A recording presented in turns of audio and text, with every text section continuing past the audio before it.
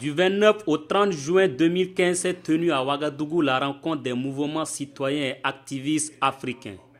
2 jours durant, les militants des mouvements sociaux et artistes engagés ont transformé Ouagadougou en capitale des activistes panafricains. Le partage d'expériences, la nécessité de fédérer leurs forces, les stratégies à adopter pour mener efficacement leur lutte et la question du financement de ces 10 mouvements ont été débattus. Quelques participants nous donnent leurs impressions. Cette rencontre, c'est d'abord faire le point critique de ce qui se mène en tant que mouvement sociaux dans certains pays africains. Comment les stratégies se mènent, qu'est-ce qu'on a gagné comme étape, qu'est-ce qui reste à gagner. Parmi les défis énormes, c'est l'émiettement des luttes, c'est les divisions, c'est les tentatives d'infiltration, c'est les questions liées au financement de ces mouvements sociaux, le statut même de ces mouvements sociaux, est-ce qu'ils sont légaux, est-ce qu'ils sont spontanés. Donc toutes ces questions qui sont discutées pour, au fond, se retrouver qu'on a les mêmes objectifs. L'autre question qui était intéressante, c'est de se dire que tout ce qui se mène a besoin d'être documenté. Que nos jeunes chercheurs, que nos jeunes Africains fassent des recherches spontanées sur les mouvements qui se mènent. L'existence du mouvement social, pour le moment, à cette étape actuelle de l'histoire de nos pays, il faut le protéger comme un bébé. Il faut bien le garder et permettre aux acteurs du mouvement social, non seulement d'avoir des actions politiques sans être des politiciens, mais influencer les partis politiques pour qu'ils prennent en compte ce que les mouvements sociaux revendiquent, réclament et proposent.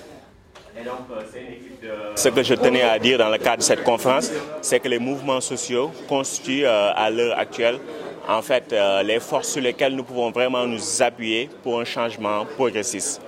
En même temps, il y a des limites. Les limites sont, en fait, il n'y a pas d'unité au sein des mouvements sociaux. Ceux qui cherchent, par exemple, à démocratiser les régimes politiques ne s'occupent pas des questions économiques. Ceux qui cherchent un peu à améliorer l'économie ne s'occupent pas des questions politiques. Alors que sans une stratégie concertée qui attaque le front économique, le front politique et le front culturel ensemble, il est difficile vraiment d'aspirer à un changement social progressiste. On s'est dit énormément de choses. On est en train de discuter sur la force et les faiblesses des mouvements sociaux. On est en train de concevoir une feuille de route, de voir à quoi, de réfléchir sur à quoi ça doit aboutir. Et c'est quand même très important. Et il est important que les réflexions soient menées par les jeunes eux-mêmes, hors des chapelles politiques. Toute cette jeunesse africaine qui se regroupe, tous ces mouvements citoyens qui se regroupent, qui discutent, ça veut dire que c'est une belle plateforme pour parler du panafricanisme, mais par les jeunes. C'est très important d'apprendre des autres. C'est très important. Nous sommes venus donner, mais nous sommes venus aussi recevoir. Et ce que j'ai reçu ici, je vais l'amener chez moi. Plusieurs propositions sont dégagées. Une, c'est déjà de faire une sorte de fédération des mouvements sociaux, en incluant aussi bien les pays anglophones, les pays lusophones de toute l'Afrique, de ne pas seulement se limiter aux pays francophones.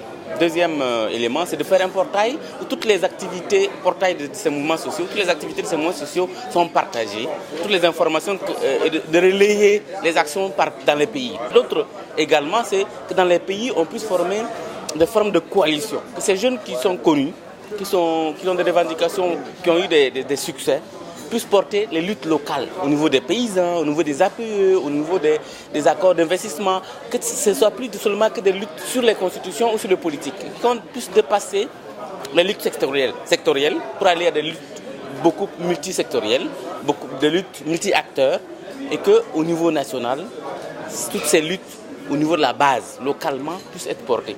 Droit Libre TV, la web télé 100% droits humains, 100% liberté d'expression.